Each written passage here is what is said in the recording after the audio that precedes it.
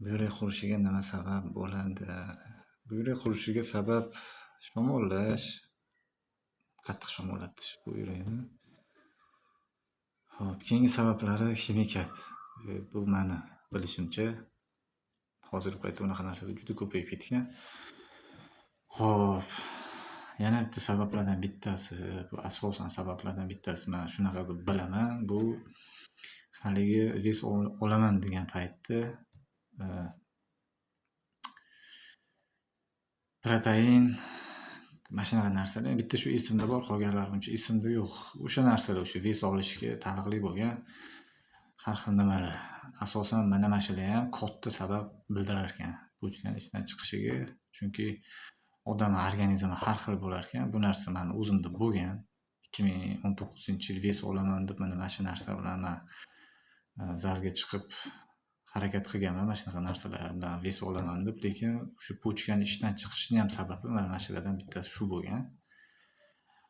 O'shaning uchun shu narsani iste'mol qilayotgan, shunaqa yo'llar bilan bir baquvvat bo'laman degan akalar yoki ukalar iloji bo'lsa o'sha yerdagi trenerlar bilan surishtirib, sportsmenlar bilan surishtirib, keyin bu narsani iste'mol qiling. Ato mana shunaqa narsalar bo'lib qolishi mumkin. Bu juda yomon narsa ekan. Bu o'sha pochka ishdan chiqishi. Deylik, siz qo'pol qilib aytganda peshob qilmaysiz. O'sha peshob qila olmaysiz ham. Yegan narsalaringiz ham o'sha suv chiqib ketmaydi. Bu organizmingizga tarqab ketadi. Zahari полный, bu asoratlari vapshim yomon narsa ekan. 4 kunda bir haligi dializ bor, o'sha yerga borasiz. 3 kunda bir o'xshasa agar 3 kunda bir, o'xshamasa 4 kunda bir borasiz. O'sha yerda 4 soat, 3 soat o'sha yerda yotib, qo'llaringizda o'sha katta ninalar bor, bilmayman uni razmeri qanaqa. Mana shu narsalar bilan sizni o'sha yerda peshob qildiradi, qo'pol qilib aytganda, qoningizdagi zaharlarni, organizmingizga butun boshiga kerak emas narsalarni o'sha chiqarib tashlaydi. Shu qatori sizga kerakli